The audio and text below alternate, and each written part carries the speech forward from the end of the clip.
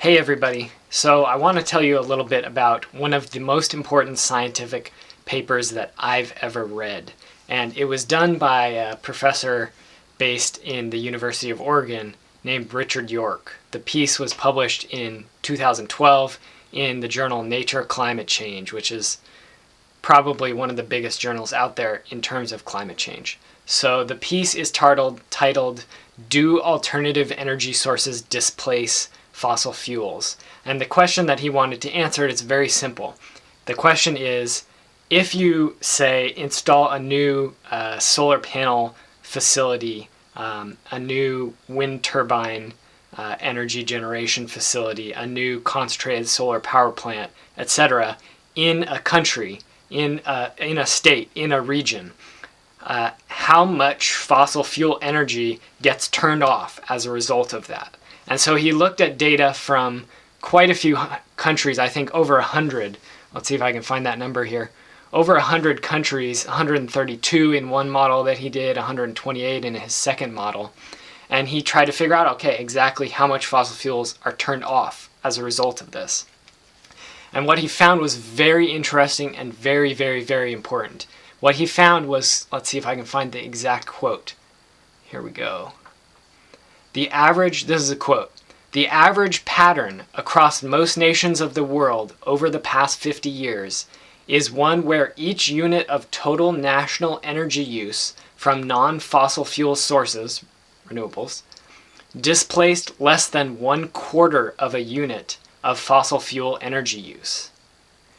And focusing specifically on electricity, each unit of electricity generated by non-fossil fuel sources displaced less than 1/10 of a unit of fossil fuel generated electricity.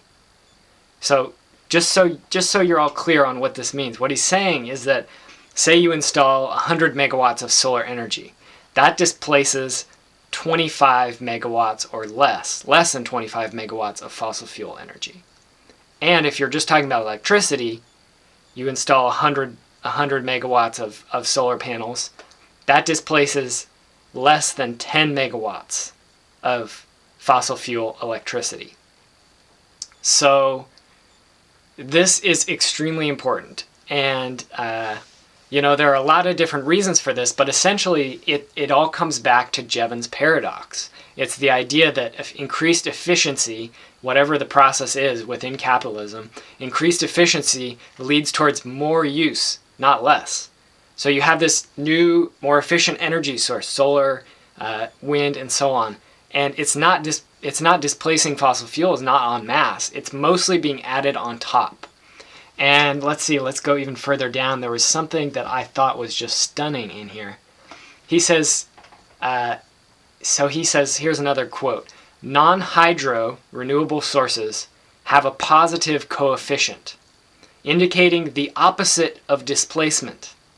But this coefficient is not significantly different from zero, indicating that renewables tend to simply be added to the energy mix without displacing fossil fuels.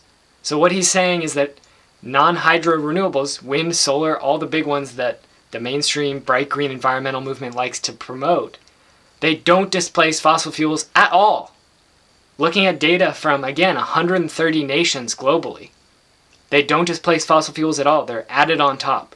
So this whole strategy that 350 and these other organizations are promoting around 100% clean renewable energy as a solution, it's not going to work. It's not working. It's not working at all. We need to stop the fossil fuel industries directly. And I know that, 350 and other organizations do promote that. But this focus on renewable energy as some sort of solution is ridiculous. Because we can see what's happening. It's being added to and being used to power business as usual. I mean, look at what Tesla's doing down in Nevada, where they're destroying the desert, they're destroying the groundwater, they're mining, they're extracting huge amounts of lithium, and they're building the biggest factories in the world to produce batteries. This is not a positive development for the planet. So, check out the paper. I'll put a link to it down below. Read it for yourself. Take your own conclusions from it. We're writing about this extensively in the book that we're working on, Bright Green Lies, which should be coming out hopefully sometime this year.